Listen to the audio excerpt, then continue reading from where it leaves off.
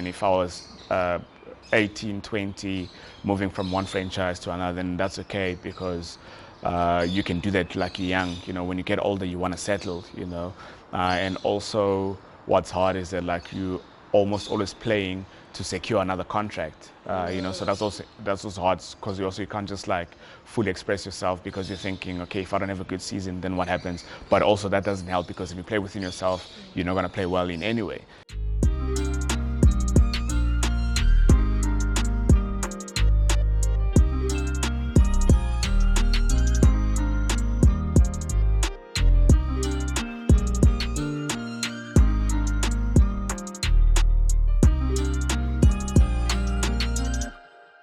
So 2019 was the year that I started off in the industry, and Mangi was one of the first few people and cricketers that I started following, and I remember vividly him following right back, and I remember just being excited. And today I'm more excited because he's here on my podcast, and we're about to talk about his journey on and off the field.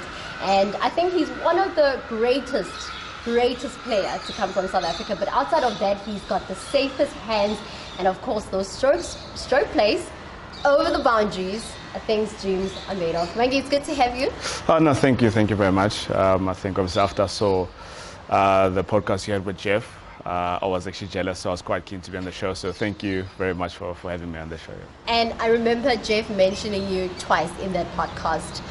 He did say that you are one of the greatest wicket keepers this country has ever produced. What do you remember feeling in that moment when Geoff said that? I think because Geoff has always been like a hype man, but I mean, he's someone that's very close to my heart. You know, I've worked with him for like years, and like we've got like a very strong bond, and he's helped me throughout my career, even though when I've played against or when he's like coached me as well. So he's like someone that's very dear to my heart. Yeah. And actually tell me how that relationship with him started. So it was when he obviously just like was about to retire when he lost his Titans contract. So he was supposed to come and be like a player coach at East Ends. And at the time I was playing SN 19. And when he got back, he was like, I mean, instead of him competing with myself and Dumelo, he'd rather retire and focus on coaching. So myself and Dumelo Budibe could actually like be one of the players in like the starting 11 for East Ends then. So you had, so he sacrificed himself so that you guys can be able to come into the system.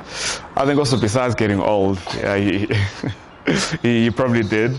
But yeah, he did, you know, and I think at the time there wasn't like a lot of opportunities, but I mean, I think for him to do that for us, I'd forever be grateful for him. Yeah.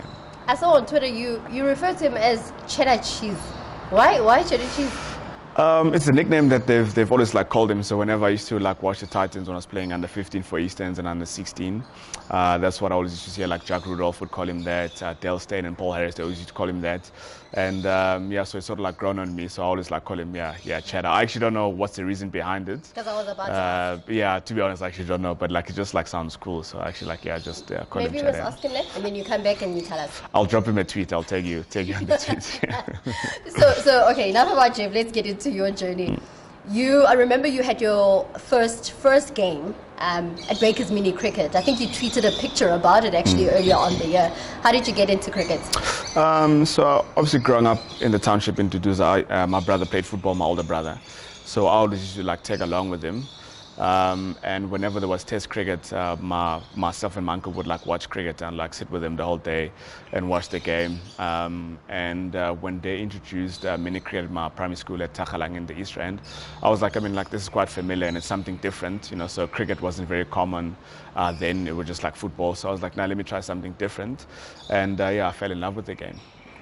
Wicket keeping, how did that find you? Because I remember I did level 1 coaching, and I remember there were some practicals that we needed to do for wicket keeping. I remember calling my friend Sinalo Jafta, right? So yeah. I just dropped her name. But I called Sinalo and I said to her that this is a special skill. You know, you have to have core structure. Yeah. Your legs have to definitely be working all the time. So it's a specialty and an art. And how did you get into it? So yeah, like when I was telling you, obviously when I started playing cricket, one of my role models was McCullough. So I always like bowled and I batted. And obviously when we played cricket, we got a pleasure to go to a school in Mpumalanga where we played cricket, and we had a very good coach, Rusty Twala, the late Rusty Twala, which was like one of my favorite players as well. So what had happened was, it wasn't my fault. The ball like swung too much, you know. So I remember one of the games I bowled 8 wides. And he was like, "Nah, you're not bowling anymore." How did you bowl 8 wides? Because the ball swung too much. That's what I was trying to say. The ball swung too Blame much. it on the ball I'll blame swing. it on the ball.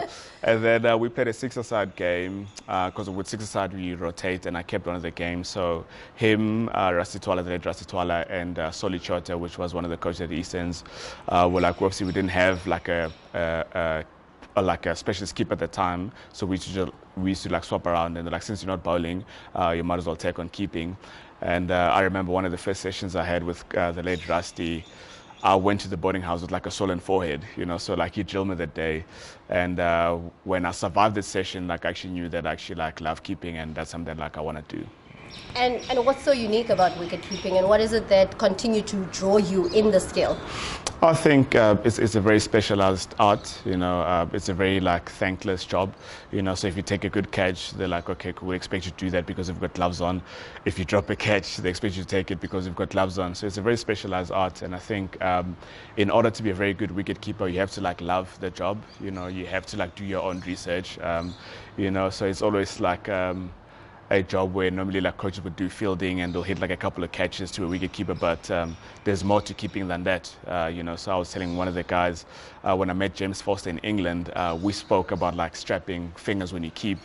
It might sound stupid to everyone else, but like, I mean, we spoke the same language and I could relate to him, you know. So it's a very good job. It's very challenging, and I think that's one thing that I love about wicket keeping. And you talk about having moments as a wicket keeper dropping a catch. Is there a game where it's so vivid when you drop the catch and it knocked your confidence over? Like, how do you recover from that and be able to bring yourself back into a game? I think when I was younger, because I was obviously so hard on myself and I always like wanted to be perfect, you know, I'd always be hard on myself. Then the next opportunity will come that I'll miss it again because I'm still focused on what happened in the past, you know. So, and as I got older, I'm able to move on from those mistakes. And I think also with obviously having played for a while is I'm able to recognize like what mistake or what position that I got into to make me drop that catch, you know. And I think also when you ask about what makes wicket keeping so good is that like if you're a wicket keeper, you have to have like the self-drive, you have to have like the self-motivation, and if you don't have that, it's very difficult to like overcome a drop catch in a game. And how have you continued to just motivate yourself in all these years of playing the game? I think it's like through work. I mean, a lot of my work, and I was actually saying to one of the young keepers the other day, is that when I started playing, I used to keep with Coach Geoff, like in the morning if we were batting, I'd keep at lunchtime, I'd keep at tea, I'd keep after the day's play. So I sort of figure out my technique and what I need to do, and when I catch the ball, what it needs to feel like in the hand, and if I drop it, like what kind of position that I'm at, you know. So I'm able to rectify my errors like quickly instead of like me taking long. It might take me like 3 balls to get over that, but that's also like through like figuring out for myself, and like now because I've got like a better understanding, I just do like a lot of maintenance. So like obviously leading up into the season now with the 4-day game, I just felt like I needed maybe like 2 weeks of like good work of keeping, then I'll be ready for the season. Yeah. Let's go to Coke Week. I mean, I think Coke Week was the week where, you know, you got identified as potentially to be someone who gets into the under-19 setup. How great was Coke Week, and what do you remember vividly about that time? I played well, my first one I played when I was 16. So I played as only a bat, and I think I only kept the last game. And I think the following year we had regional trials at Supersport Park. And I don't know what I was thinking at the time. I wanted to be a leg spinner. So like, so I was like done with keeping, and I was sitting, and Ray Jennings came to me. He's like, I mean, why aren't you sitting around? Why aren't you doing something? And Uncle Soli, which I was told about you earlier, he was like, nah, he's the wicket keeper, you know. So I kept, in the nets at Supersport Park, and I think the first time I ever got leg side stamping of a seamer was that day, and he was watching, you know, and he was like, if you work hard, I will pick you for the SN19, and I was like, is this like Leon Schiss, is this guy joking or what, you know? So which I did, and then obviously in 2017 and 2018 I did well at Coke Week, and I was obviously fortunate to make SA calls in SN19 and the World Cup squad in 2008. Tell me about the impact of Ray in your journey. I mean, a very strange story. Like, he coached Easterns, I think, in 2003, was a while ago. And my first encounter with him, he came, we had a Black African camp. We used to have them during like the June holidays. And he was there as a guest speaker. And I mean, it was the first time I've met him. He had never seen me play. And he literally, and I was probably like very short at the time. I was like 13 or 12 at the time. And he actually called me up and he asked me to stand on the table, and he was like, this guy will play for South Africa one day. Just wait, randomly chose you from a group of There was players. about 200, 150 of us then at the time. Yeah, very, very strange, you know, very strange. And he said that, and like that stuck with me for a while. And when he picked me for SN19, I remember when I sat with him at the back of the bus when we went to Malaysia, when he was explaining to me my role, and I was like, Coach, you remember what you said to me in 2003, you know, and he couldn't believe that was actually me. So he's had such a massive role, not only that, but just like the values that he has taught me as a player and as a human being. So like he's been a very fantastic mentor. Wait, but tell me about that moment. You're 13 years old, you get pulled in front of 200 young kids, you stand up on a table, and he just says to you, Hore, you are going to potentially play for the national side one day. Are you believing it in that moment? And what does that do for your drive? Like, did it give you more motivation to work towards wanting to be a part of the national side? Yeah, I think obviously starting playing cricket, I've always obviously wanted to play for South Africa, but when you mentioned that as a 13-year-old, it's like very hard to understand. But I think that sort of almost like planted the seed, you know, of like, I mean, I don't know what he sees in me, you know, but I think what he saw was just, his words were just like the hunger, because obviously I was just like listening to what he was saying, you know, and he just said when he looked at me, he just saw hunger in me, and that's what he felt at the time, you know. So it's a very strange one, because It like, is. yeah. Not anyone gets to talk about that. And just the value and the importance of having someone back you, because we know, especially in cricket, you get coaches that back you, you get coaches that don't back you, and sometimes it plays on what kind of a player you become. But that moment, and having someone that you didn't know back you like that. Yeah, I think it was fantastic. I mean, even just my experiences with him, the 3 years I've played SN19, obviously coming from a smaller union, you know, I mean, obviously you playing with guys that come from like Hilton, Cares, you know, the bigger schools. I mean, I come from Yuan Jurgens and Springs. I'm sure like nobody knows where, No, I don't know. where that is, you know. But I think like the confidence that he instilled in me, even though like at the time I felt that I was way below par, but I mean, he would make me believe I'm walking on water, you know. So like I took like that confidence that he put into me, and that sort of almost showed in my skill eventually, you know. So he always just like had the drive just to like make me believe, you know, that I was good enough, you know. And I think yeah, I'm forever grateful for him and for that. Yeah. SA under 19 World Cup in Malaysia. Yes, you didn't get a lot of game time, but how great was that experience for you as a player? It was fantastic. I mean, first of all, I had dreadlocks before I lost all of my hair. Dreadlocks? I can't picture you with I dreadlocks. had dreadlocks. There is a picture. I'll send you the picture. do.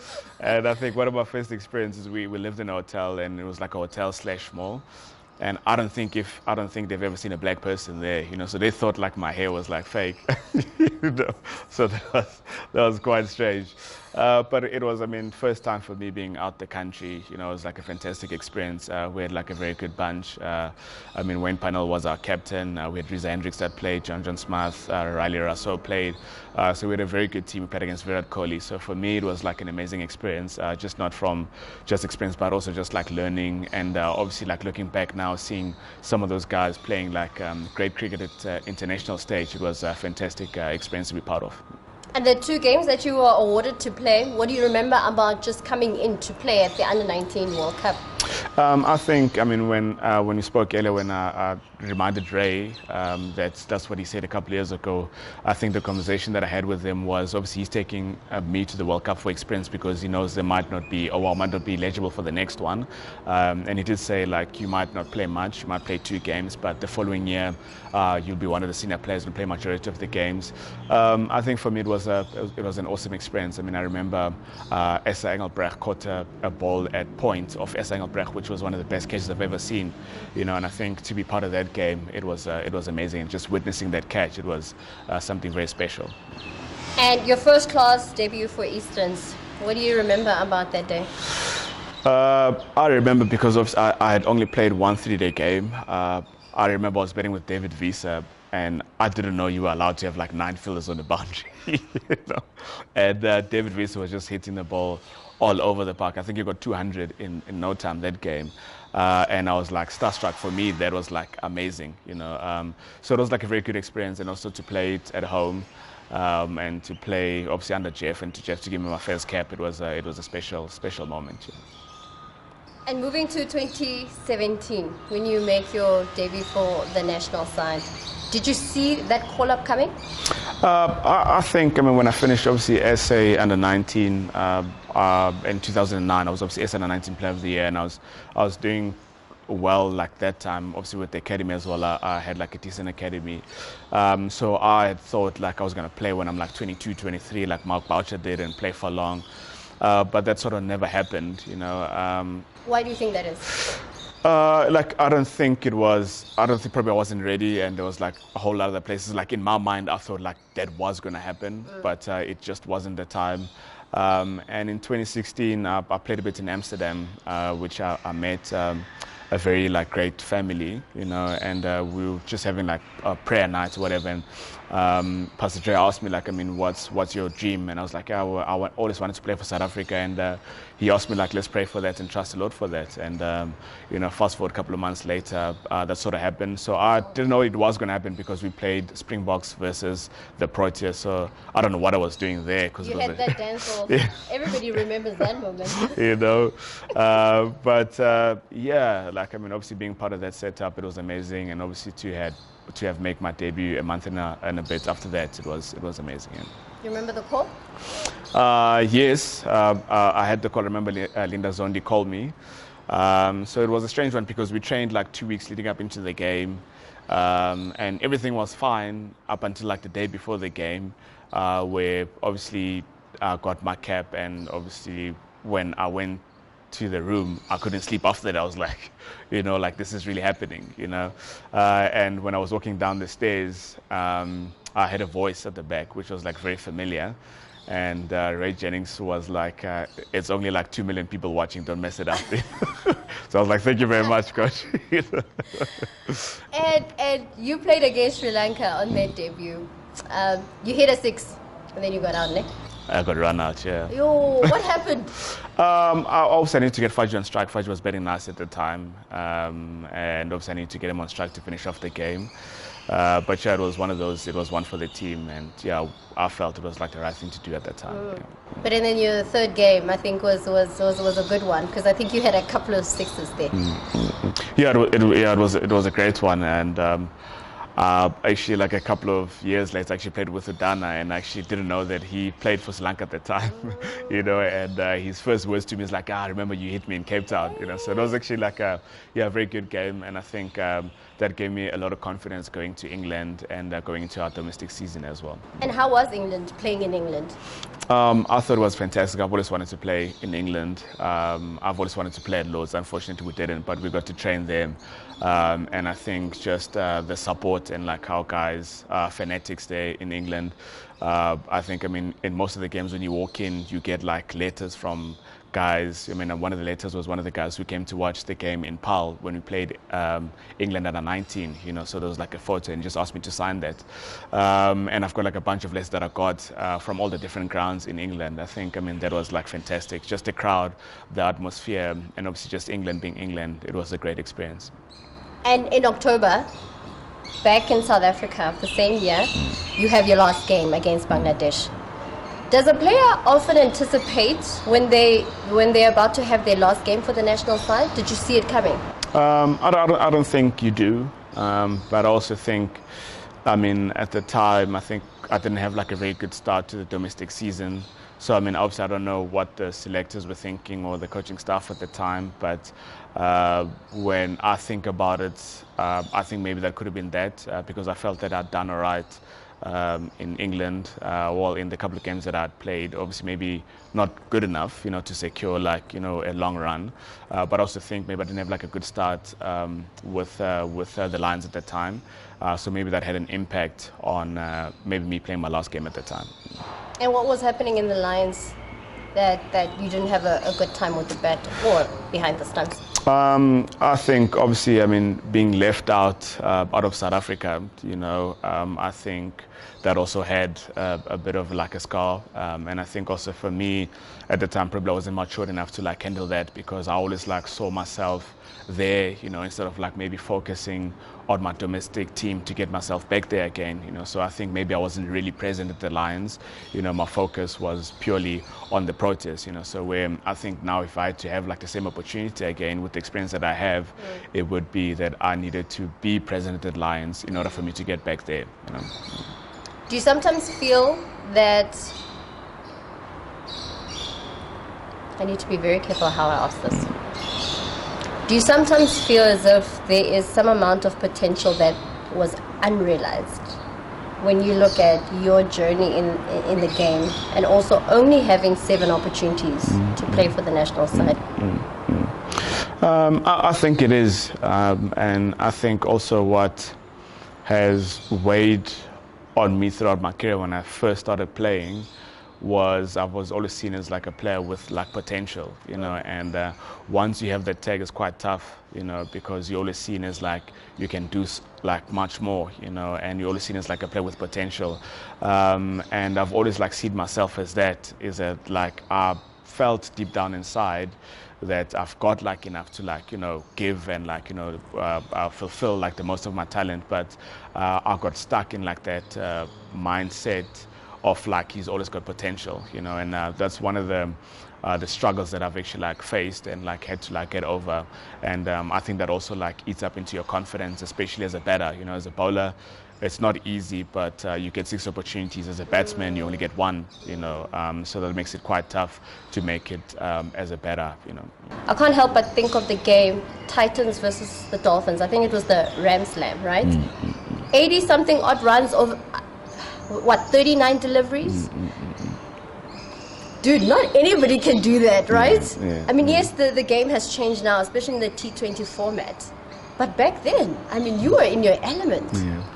Yeah, it was a very strange one. I mean, then again, I think also with obviously speaking about like potential, maybe also like lack of consistency with the bat, that sort of also maybe like hindered me to like maybe fulfill like that potential that people were talking about. But I mean, to get back to that game, it was a very strange one because we had played in PE, and I think I got 65 that game, and then we're already qualified, and then we had like 2 games, so I didn't bet the next 2 games, and I bet in the finals. But that whole week leading up into the finals, like I knew like something good was going to happen, I just didn't know what it was. And I remember when I walked off the field and when I took off like my batting pads, I was like, yeah, what just happened here, and like to me, it just felt like it was a dream, throughout like those whole 39 balls that I faced, so it was something special. Like I don't know what I ate that week or what I did, but it was just Find out and then you keep eating it. yeah, keep eating it. But when you speak about, yes, potential, and it plays in at your mind and how you view yourself and the game, but because you had a glimpse of what you could potentially be, especially with the bat, but what do you think also hindered you from just the lack of consistency? Because you speak about consistency, but what could have played in the lack of consistency? Is it you not practicing enough, or you not getting backing from the coaches? What could be at play? I don't think it is. I've always like prided myself in my work ethic. I've been fortunate enough to get a lot of good coaches around, and I think also if I look back at my career now, personally, especially as a batter, I would have liked maybe to play and I'm not saying that I'm not grateful for the opportunity that I've gotten to play franchise cricket at that age, but as a batsman, maybe I would have liked to play a couple of amateur games to get that confidence, and then obviously going to franchise cricket, like sort of not figuring out your game, but having like the confidence and having like the stats to back it up. It also gives you like that confidence, you know. And I think also what's always been hard for me is that I've batted in different positions, so it was always hard to find like that identity of like what kind of batsman like I am, you know. So sometimes I'll bet number 3 because that's what the team requires. Sometimes I'll bet 6, you know, sometimes I'll bet there. So in terms of also structuring training, it's quite tough because you can't train for all situations. You have to train for one, you know. But then again, like as I'm saying, like I'm also grateful for that, because if it comes to a team selection where they have to choose a batsman that's versatile, you know, I might like get the run. But also like for my stats, it hasn't done me any good. And also just for myself, finding myself like what kind of batsman that I want to be, like it hasn't also done me good in that way, you know. So there's good in the bad, you know. And for interest's sake, where are you most comfortable batting? I think in white ball cricket, most of my success I've had batting at 3 and opening. Like I've batted well. I think in 2014, 2013 at the time, I was in like the top 10 in both T20s and the white ball, and I obviously got my first at least 100 against the Dolphins during that time. So I was like very happy to bat there, and then obviously 4-day cricket with keeping, I'm happy batting at 6 or 7. Have there been moments where you wanted to walk away from cricket? There have, and most recently as well. Really? Yeah. And why so? I think obviously having you know, lost my contract here from, you know, playing for South Africa, and 6-7 months down the line having to go play amateur cricket in Maritzburg.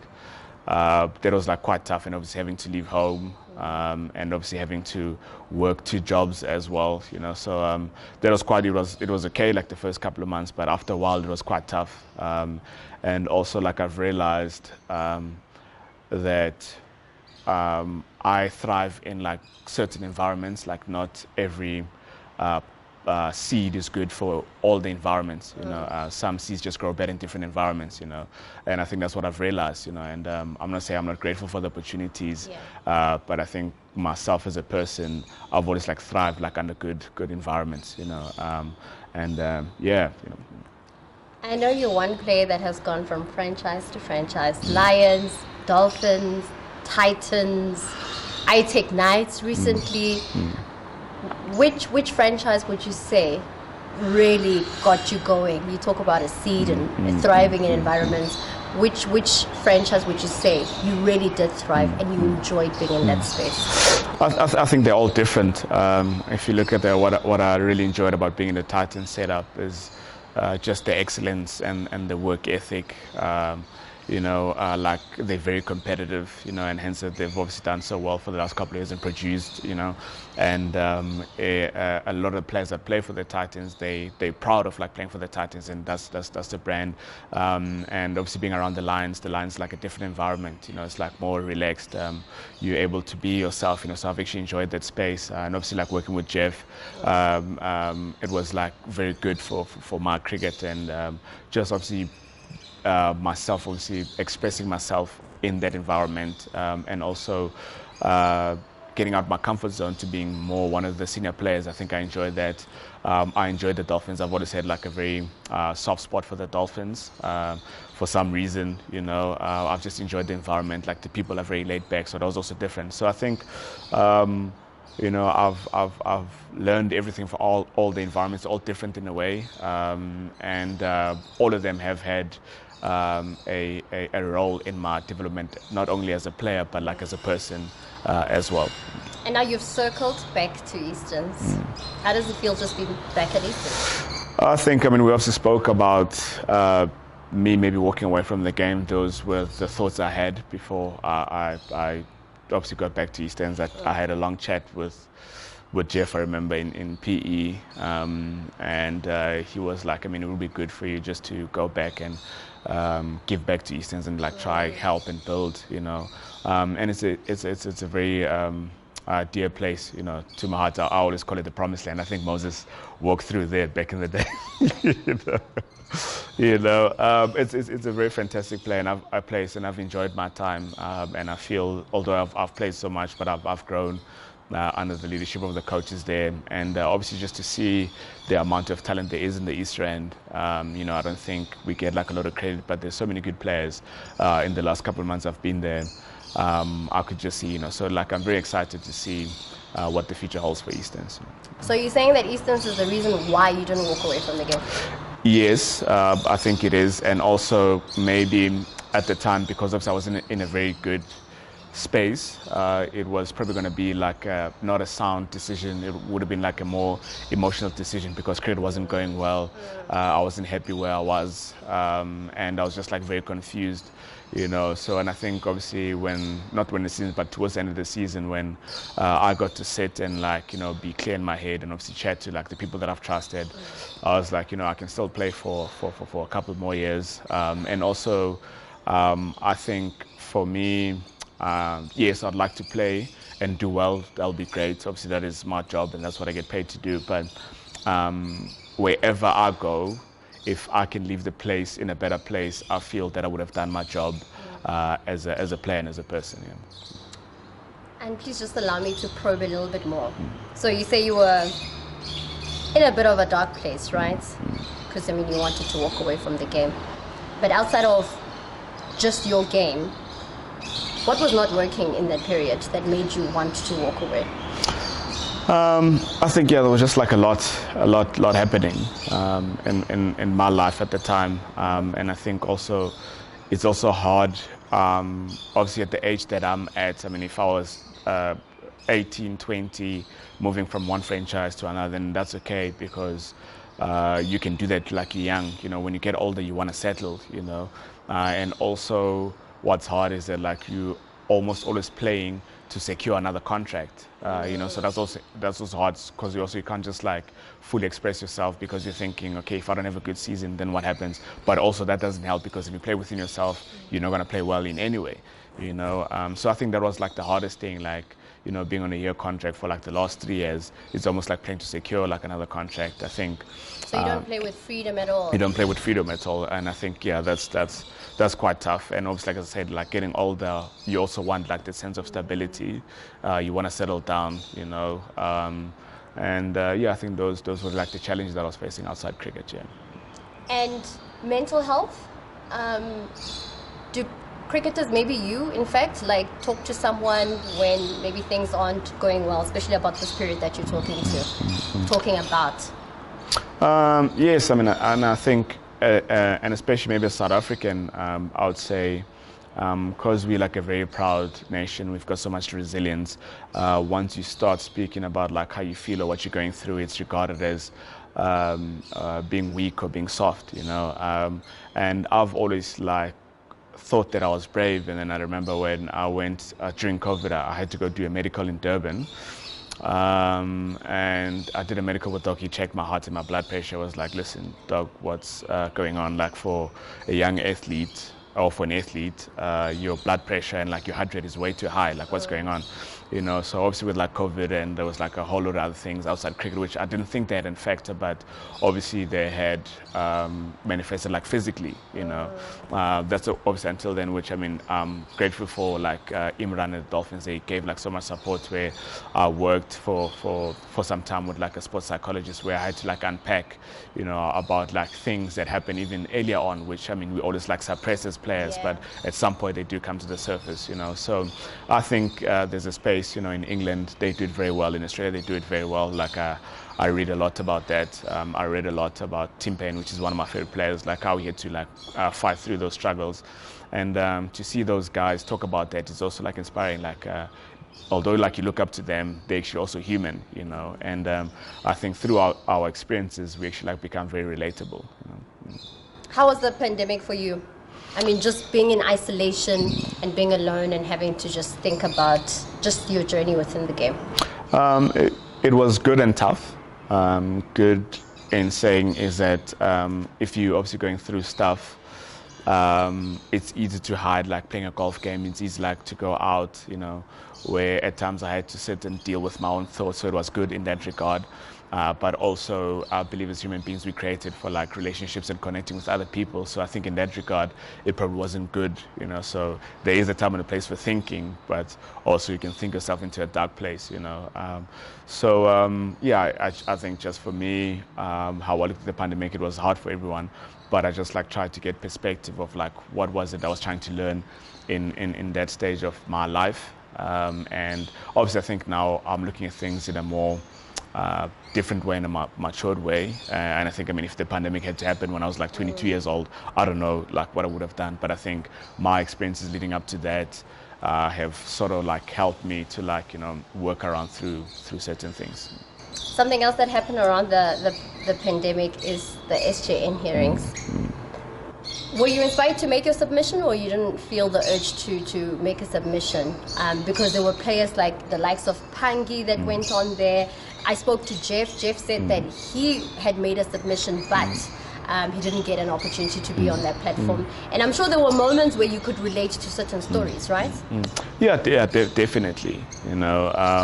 And obviously, I didn't know. Obviously, I just followed it, but I didn't know like you had to make submissions. I didn't know like whatever. But I would have obviously liked to share my story. And I think we had, I think his name was Mahlatsi, where they've got like a roadshow with Saka where we had to speak about like those issues about the SJN, about like the Black Lives Matter. So I think like it would have been nice if those conversations were had when the whole quota system was brought into place. So I think a lot of people weren't educated enough to actually understand what that actually means, and listening to some of the non-white players actually speak about how maybe sometimes they're naive and like they don't know, maybe they're not educated about like those things, it actually like gives you like a perspective. Like sometimes we might like look at people and say like, yeah, he's like that, but we don't know like their story, and I think also it was very brave from the guys that spoke in the SJN, because like we get to know their story. And I think when one person spoke, a couple of other guys actually were able and were brave enough to actually speak about it, but I think that roadshow that we had a week ago, it was very like eye-opening. It would have been great. It's obviously great now that we're doing it. I've been in 2 of those roadshows, but it would have been great if we had done it 10 years ago, so I think would be in a far better place. I'm not saying we're not in a good place, but would be more equipped and more educated, And what's your relationship with transformation and quota, as they would say? That's obviously one of the conversations that we had, and I think transformation, obviously someone that comes from the township and obviously got his opportunities like through transformation. Transformation is not just like playing opportunity, transformation is also like lifestyle. Transformation is, education, and I'll make an example about myself is when I came out of Springs. When I used to go to Benoni, I thought Benoni was a beautiful place. When I went from Benoni to mainland, when I played under 19, I thought it was amazing. When I went to Malaysia, I was like, wow, there's more to life. And for me, I think that's also transformation, because that has like broadened my thinking. When I think about some of my friends that I played cricket with, that like maybe didn't finish school or that are still in the township, they level of thinking is still the same as it was like 10 years ago. So like they're not transformed in that way. So I don't think transformation is not only playing opportunities, but transformation is like a human being as a whole, and we should look at it that way, because it would be great if all players of color can play for South Africa, but that's impossible. But what are the tools or what are the things that we're putting in place to make sure that those guys were going to be okay and are able to take like that information, that knowledge, to actually take out some of the people of color in the township or in Cape Town or whatever, to actually transform them, to actually like change their level of thinking, So I think transformation is that for me. And when you look at your entire journey so far and where you are right now, are there moments where you feel like you could have made certain decisions differently? And are there any regrets, actually? I think that's what I want to ask. Are there any regrets when you look at where you are right now in your journey?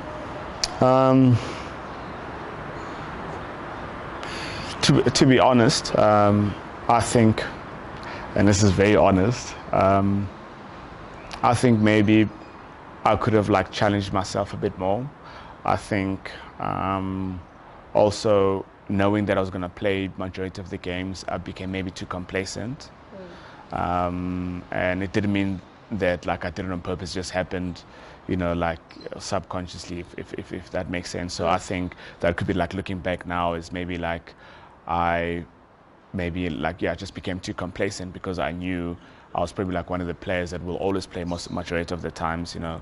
I think like the learning would be that. In terms of regret, I don't think I do have, because I feel all the experiences that I've had have like shaped me to be the person that I am.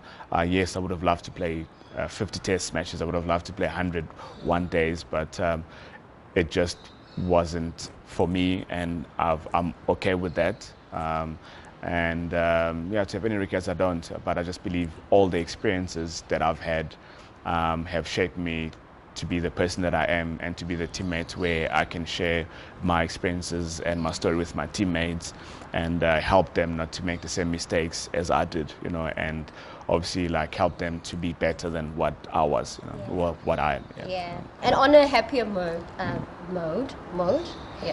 a happier mode, what is one moment that stands out for you in your journey? I think they asked me that on Saturday at the KFC cricket seminar. I think my dream was always to play for South Africa. That's always been my dream. But I remember when I was 16, and that's what I shared with them on Saturday. When I was 16, I remember I had to play Eastern's B-side, and that like crushed my ego because I used to walk into every team, and I was disappointed, you know. And when I went back home after the trials, my grand's was like her dream was to see me play for South Africa before she passes on, you know. And although I got like my cap for South Africa, but the most precious moment was when I was walking down the stairs at SuperSport Park and I looked to the right. My entire family was there and my grandmother was there. You know, I think for me, besides like getting the cap before the game and hitting that first ball for 6 or whatever, that will be like the most precious moment of my life, not even career. Yeah. And tell me about the influence of your grandmother. She's a legend. I call her G Unit. G as a grandmother. Yeah, grandmother. Yeah. So she raised me from the first day I was born. You know, when I look back now, the amount of sacrifices that she had to make for me to get a taxi to go to Willamar Park, to make sure that I had like white shorts, you know, and for the mere fact that she raised 8 kids with pension money. Like I don't know how she did that. For me, she's like my hero, you know. And I think one thing that I've learned from her is like that self-drive and like never give up and like knowing that like things will always work out, you know. Just looking at her life, for me, like I take so much inspiration out of that. Mm-hmm. You've got a couple of tattoos. Tell me about your tats. Let everybody see. No, they got burned by the sun. But okay, but yeah, we can still see. Yeah, so that was like my first one that I got. Then I've got one on my calf. So which is one of my favorite scriptures. It's in Mark 8. So it reads about, for what profits a man that gains the whole world but loses his soul. You know, it's a very precious scripture, and I think like I don't know, as we have chatted, you know, like for me, it's about like you can have everything else, but like if you lose yourself, then what is it worth living for? You know, what is like life worth living for? Yeah. You know. Well, that was beautiful. Can we take offering, everybody? Hallelujah. Hallelujah, amen. Okay, before I wrap up, because I always have interruptions at the back end, because the producer always wants to ask questions. So, do we have questions from our audience? We've got a hand there at the back. How do you handle competition, especially in the Proteas setup where it's absolutely, you know, the highs, everyone, the best of the best, basically. How do you handle competition? That's a very good question. Do you mean competition as in competing with other guys or competing with like another wicket keeper? Yeah. But also, you had a lot of competition with the wicket keepers. I think there was a period where there was Quinton, AB also was taking the gloves, Rudy second, I think. Dane Villas was there. Dane Villas was Tammy there. was there. Tammy was there. So the competition in the wicket keeping space. I mean, I'm sure that played in your mind at some point. Just to answer that first question is, I think with competition, and also like that's one of the things that I wish I would have like learned in terms of like preparation, you know. And I think looking and reading and like watching a lot of videos of like the good players, they not secure about competition if they know like they're very well prepared, you know. So when we were writing exams in school, we knew who's gonna fail when they had like their textbooks before we walked into writing. You know? So I think it's like that. So if you're well prepared, like I think you should be okay in terms of like competition. And if you're not and you haven't done your homework, I think you'll be like very insecure and very doubtful of your skill, you know. And when it comes to wicket keeping, I mean, all of those people that you mentioned were quality wicket keepers. I mean, Jennings was one of the best keepers in the world at the time, and he never even played for South Africa, you know. And that's the hardest thing about being a wicket keeper. There's only one spot, you know. But like now you see that keeping has evolved. That like sometimes you have like 3 keepers playing for South Africa, you know, because of they've put so much emphasis on wicket keepers that can also bat. But I mean, for me that I didn't play at that time, I'll be okay with it because like all of those wicket keepers are like quality players, you know. You've won a lot of titles, ne? I take nights. Only 16 is not a lot. Only 16. Yeah. 16. Did you hear that? And the money was probably good as well, ne? It was rough. Another question. What's the Proteas culture like? When I played, I think that's. How are the boys all together? You know. I think. I mean, when you know they explain what a Protea is, you know, and I looked at the guys play on the field, it's exactly what is, you know. So I could be wrong, but I think when Proteas burn down, like the seeds, you know, fall off and then new Proteas are born, and I think that's the whole concept behind that, you know. And if you look at like the amount of players that South Africa produce, of quality of players, you know, and also just being in that environment for me, it's amazing. Not only that the lunch was amazing at Lord's, you know, but just being around that setup it's amazing. And I mean, I think if you had an opportunity to represent your country at any level, it's something very special. And donning that green and gold, man, I'm sure, of course, it was a dream come true. But having to wear that kit, I'm sure was just memorable. It certainly is. Like as I said earlier, I was fine like the first 2 weeks when we trained, like up until they explained what a Protea means, and when I got my cap, it was like, wow, actually, like this is happening, you know. And to obviously had played my first game where I grew up at Supersport Park, that was also like amazing. So yeah, it was a great feeling. You're a DJ as well, part-time, ne? He must come here and then he must give us a set. No, but you're a fan of house music, ne? Yeah, I love house music. I love deep house. I love music. I mean, that's what I do when I'm chilling at home. And don't let the mixes on Instagram fool you, you know. So if I DJ live, I just pause or I get off Instagram so that you guys can hear. No, but like I love music. I know at the Lions, myself and Temba and KG, we always like used to like play around with like the controls and stuff. And like every single time when I get a message from KG, I know it's a song that he found. That's about you. I just know, you know. He just sends me like songs and I just do like the same, you know. So all I say is like I'm returning the favor and I'll send him the song, you know. So yeah, I love deep house. And one of my friends back home, he's also a DJ. So there we go. Yo, load shedding. Load shedding. Guys, we need to go. Yeah, just say bye to everybody. All right, cool. Thank you very much again for having me on the podcast. Cheers, guys. Gumnyama. I could speak the whole day with him, but we need to go because there's no shedding. Bye. Thank you for joining us. I can't believe that gone by like so quickly. I know. But I think it was more than an hour, ne?